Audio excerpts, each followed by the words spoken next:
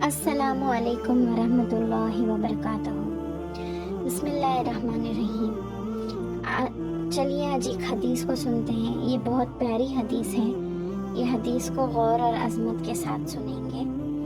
یہ بہت اچھی حدیث ہے، اسے سننا ضروری ہے۔ نماز کے بارے میں ایک حدیث آتی ہے، میں اس حدیث کو جب پڑھتا ہوں مزہ آ جاتا ہے کہ نبی کریم صلی اللہ علیہ وسلم نے فرمایا کہ تحترقون تحترقون، تم لوگ جل رہے ہوتے ہو۔ اب دیکھیں نبی اکرم صلی اللہ علیہ وسلم کا کلام وہ ہے جو اوتیت جوامع الکلم، مجھے کلام کی جامعیت عطا کی گئی، یعنی تھوڑے الفاظ سے زیادہ مفہوم نکلتا ہے۔ وہ اللہ کے نبی دہرا رہے ہیں تحترقون تحترقون، تم جل رہے ہو، تم جل رہے ہو، گویا گناہوں کی بھٹی میں جل رہے ہو۔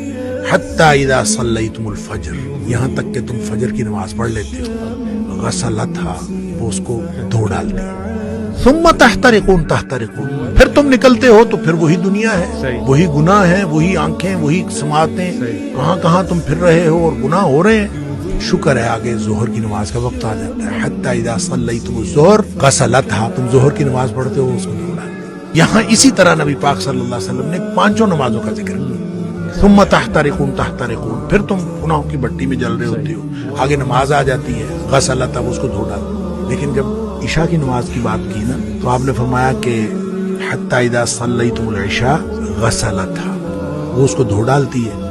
اس کے بعد آپ نے ثم تحترقون نہیں فرمایا، آپ نے فرمایا تو ثم تنامون، پھر تم سو جاتے ہو، پھر تم سو جاتے ہو۔ فرمایا پھر کچھ نہیں لکھا جاتا، یعنی پھر گویا وہ جو گناہ ہو رہے تھے وہ گناہ ختم ہو گئے۔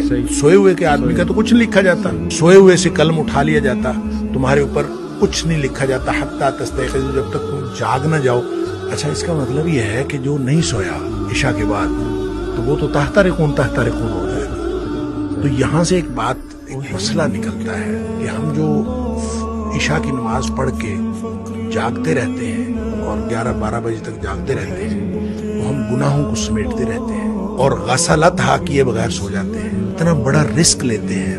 اس لیے نبی پاک صلی اللہ علیہ وسلم نے حضرت ابو ہریرہ رضی اللہ تعالیٰ عنہ کو فرمایا تھا کہ ابو ہریرہ سونے سے پہلے وتر پڑھنا نہ بھولنا۔ یہ جو وتر ہے یہ اصل میں رات کی نماز ہے، یہ عشاء کی نماز نہیں ہے، رات کی نماز ہے۔ تو جس شخص نے تو عشاء کے بعد فوراً سونا ہے وہ تو عشاء کے ساتھ پڑھ لے کہ اس نے سونا ہے اس کے بعد۔ تو جس نے نہیں سونا، رات 11-12 بجے تک جاگنا ہے، تو وہ پھر وتر نہ پڑھے، تاکہ وہ اپنے سونے سے پہلے وتر پڑھے۔ وہ جو جتنا کچھ تحترقون ہوا ہو اس کو غسلتھا کر دے اور پھر آدمی سو جائے۔ کیا بات! ماشاءاللہ، دیکھیے کتنی پیاری حدیث ہے۔ اس لیے ہر مومن مسلمان کو جلد سے جلد عشاء کی نماز پڑھ کر، وتر پڑھ کر سو جانا بہتر ہے۔ ایسے ہی اچھے حدیثوں کو جاننے کے لیے میرے ویڈیوز کو لائک کیجیے، شیئر کیجیے اور میرے چینل کو سبسکرائب کیجیے۔ سبسکرائب کرنا مت بھولیں، دعاؤں میں یاد رکھیں۔ جزاک اللہ خیرا۔ اللہ حافظ۔